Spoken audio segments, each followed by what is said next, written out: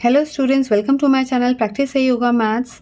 आज हम इस वीडियो में ये एक केस स्टडी क्वेश्चन करेंगे जो बोर्ड्स 2023 में आया था class 10 area related to circles chapter में से। अब क्लास 9th की जो न्यू एनसीईआरटी बुक आई है गणिता मंजरी, उसका जो चैप्टर है पेरीमीटर एंड एरिया, उसमें भी सेम कॉन्सेप्ट यूज़ हो रहा है, तो उनके लिए भी ये बहुत इंपॉर्टेंट क्वेश्चन है। तो स्टार्ट करते हैं।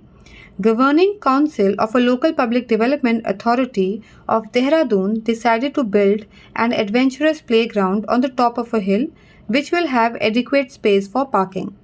After survey, it was decided to build rectangular playground with semicircular area allotted for parking at the one end of the playground. तो आप ये देख सकते हैं कि ये playground है, ये एक rectangular एरिया है, शेप दी हुई है और उसके साइड पे ये सेमी सर्कुलर पार्ट दिया हुआ है पार्किंग के लिए। The length and breadth of the rectangular playground are 14 units and 7 units. तो ये जो रेक्टेंगुलर एरिया है प्ले ग्राउंड के लिए, इसकी लेंथ और ब्रेथ 14 यूनिट्स एंड 7 यूनिट्स दी हुई है।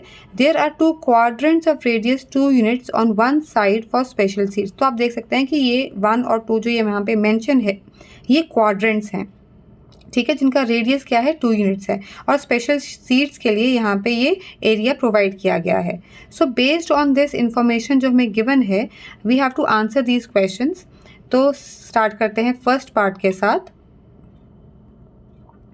फर्स्ट पार्ट है what is the total perimeter of the parking area. अब आप देख सकते हैं कि ये पार्किंग एरिया है, ठीक है ना, तो इसका उन्होंने पूछा है पेरीमीटर।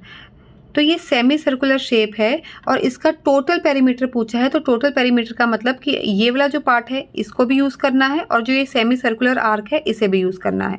अब आप देख सकते हैं कि ये जो पार्ट है, ठीक है ना, ये डायमीटर हो गया सेमी सर्कुलर आर्क का, सेमी सर्कुलर रीजन का। तो यहाँ पे जो इसकी लेंथ दी हुई है वो 7 यूनिट्स गिवन है और ये जो सेमी सर्कुलर पार्ट होता है इसका जो पेरीमीटर होता है वो होता है पाई आर, क्योंकि जो पूरा सर्कल होता है उसका सर्कमफ्रेंस होता है 2 पाई आर। तो सेमी सर्कुलर पोर्शन का होता है पेरीमीटर पाई आर, ठीक है। तो अब यहाँ पे हम टोटल पेरीमीटर निकालेंगे पार्किंग एरिया का। तो यहाँ पे हम पहले जो डायमीटर है उसको कैपिटल डी से रिप्रेजेंट करेंगे और उसे ले लेंगे 7 यूनिट्स।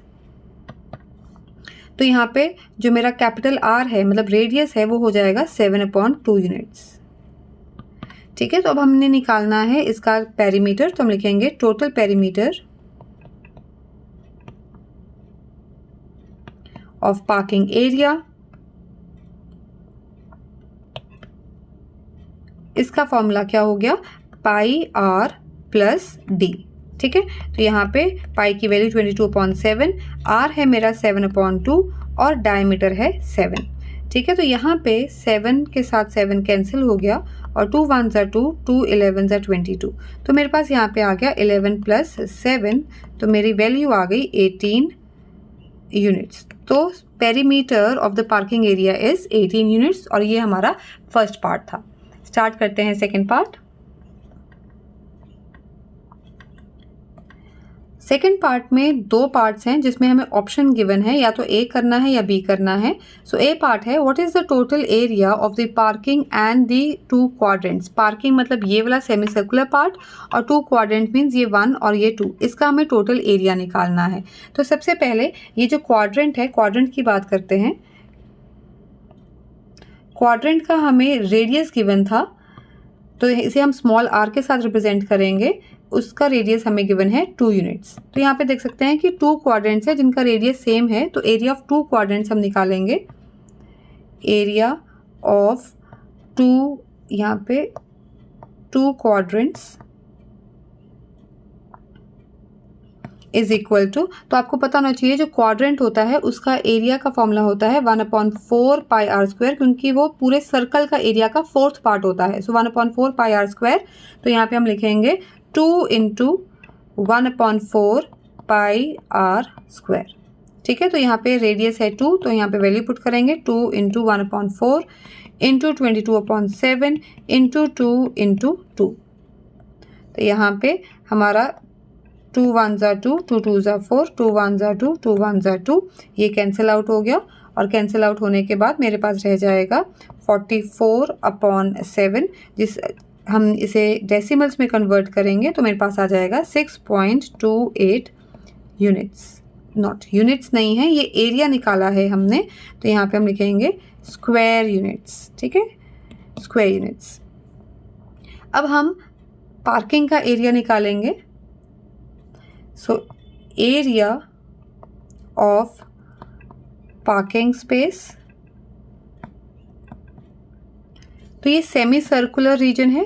सेमी सर्कुलर का जो सेमी सर्कल का जो एरिया होता है वो हाफ ऑफ द सर्कल होता है। So pi r square upon 2, so half pi r square, हमने जो रेडियस है वो कैपिटल आर लिया है, so half pi capital R square. तो यहाँ पे हमारे पास आ जाएगा हाफ इंटू 22/7, और यहाँ पे रेडियस था हमारा 7/2, सो 7/2 इंटू 7/2, तो 7 1 7, 7 1 7, 2 1 2, 2 11 22, और हमारा कुछ और कैंसिल नहीं हो रहा, तो मेरे पास यहाँ पे वैल्यू आ जाएगी 77/4। इसे हम कन्वर्ट कर लेते हैं डेसिमल्स में, तो मेरे पास आ जाएगा 19.25 स्क्वायर यूनिट्स, ठीक है। तो अब हमने टोटल एरिया निकालना है, तो हम लिखेंगे therefore total area of parking and 2 quadrants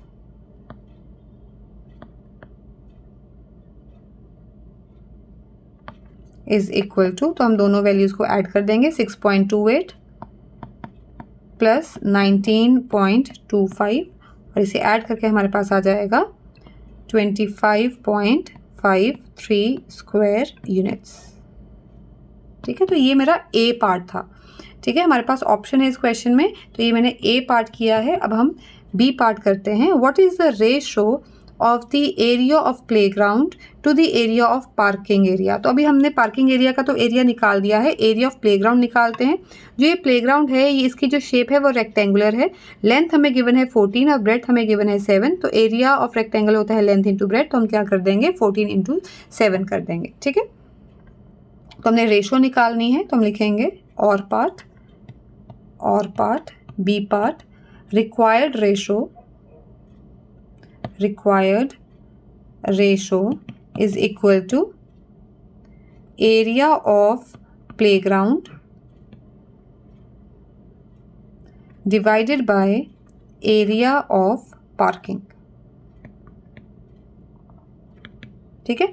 अब प्लेग्राउंड का जो एरिया है वो होता है length into breadth, so length into breadth, और एरिया ऑफ पार्किंग हम ऑलरेडी निकाल चुके हैं, that is area of parking हम ऑलरेडी निकाल चुके हैं 19.25, तो अपॉन 19.25, तो यहाँ पे लेंथ इंटू ब्रेथ, बेटा हमने यहाँ पे ना डेसिमल्स में वैल्यू पुट कर दी है, क्योंकि हम रेशो निकाल रहे हैं। तो जो हमने फ्रैक्शंस में वैल्यू निकाली थी, तो यहाँ पे हम दोबारा से देख लेते हैं, 19.25 से पहले फ्रैक्शंस में वैल्यू निकाली थी हमने 77/4, तो यहाँ पे हम लिखेंगे 77/4, क्योंकि कैंसिलेशन हो सकती है, ठीक है।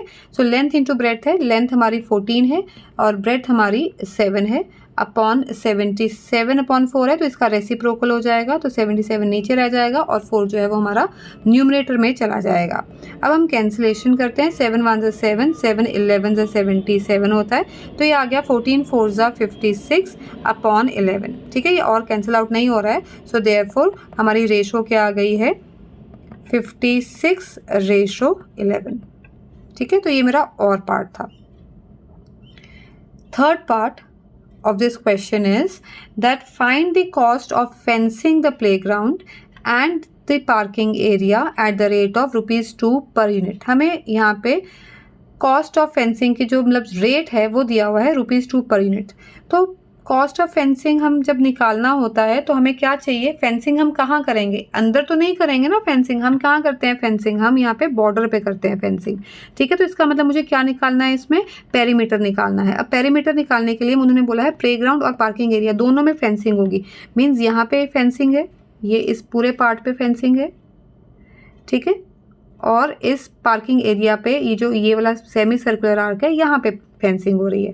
इसका मतलब मुझे पेरीमीटर ऑफ द प्लेग्राउंड निकालना है, और ये वाला जो पार्ट है सिर्फ सेमी सर्कल का जो पेरीमीटर है ये निकालना है, ठीक है। तो हम लिखेंगे पेरीमीटर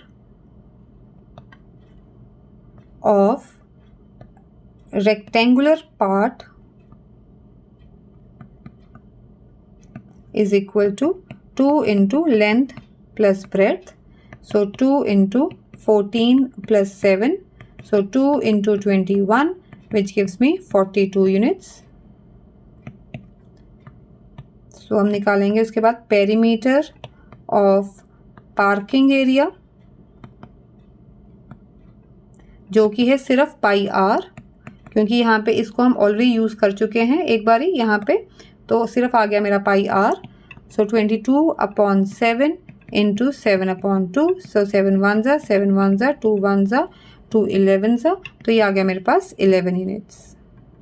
ठीक है, अब हम पेरीमीटर ऑफ एंटायर रीजन निकालेंगे, टोटल पेरीमीटर निकालेंगे. सो हम लिखेंगे perimeter of entire reason for fencing. ठीक है, तो हम इन दोनों को क्या कर देंगे, ऐड कर देंगे. सो 42 प्लस 11, जो कि आ गया मेरे पास 53 यूनिट्स. ठीक है, तो मेरे पास पेरीमीटर आ गया. अब मैंने कॉस्ट ऑफ फेंसिंग जो है वो निकालनी है, तो हम लिखेंगे रेट क्या दिया हुआ है, cost of fencing is given to us ₹2 per unit.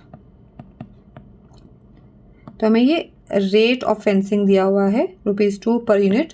So therefore total cost हमारी क्या आ जाएगी, पूरा जो ये इंटायर रीजन है उसको फेंस करने की. सो टोटल कॉस्ट जो है वो पेरीमीटर को हम 2 से क्या कर देंगे, मल्टीप्लाई कर देंगे. सो 53 मल्टीप्लाई बाय 2, और ये आ जाएगा हमारा ₹106. तो आप देख सकते हैं हर जगह जो है यूनिट्स लगाने बहुत इंपॉर्टेंट हैं. जहाँ पे पेरीमीटर है तो सेंटीमीटर्स लिखा है हमने, या यूनिट्स लिखा है, क्योंकि हमें कुछ दिया नहीं हुआ था, यूनिट्स लिखा है. और जहाँ पे हमने एरिया निकाला था वहाँ पे हमने स्क्वायर यूनिट्स लिखा था, और हमने कॉस्ट निकाली है तो हमने रुपीज़ लिखे हैं. अगर आप यूनिट्स नहीं लिखेंगे तो आपका हाफ मार्क है वो डिडक्ट हो जाएगा. तो ये आपका केस स्टडी क्वेश्चन था, बहुत इंपॉर्टेंट क्वेश्चन है for class 9th and class 10th. I hope आपको समझ में आया होगा. So thank you for watching. And like, share, subscribe, comment on my YouTube and Instagram handle. Practice Sahi Yoga Maths. Thank you for watching.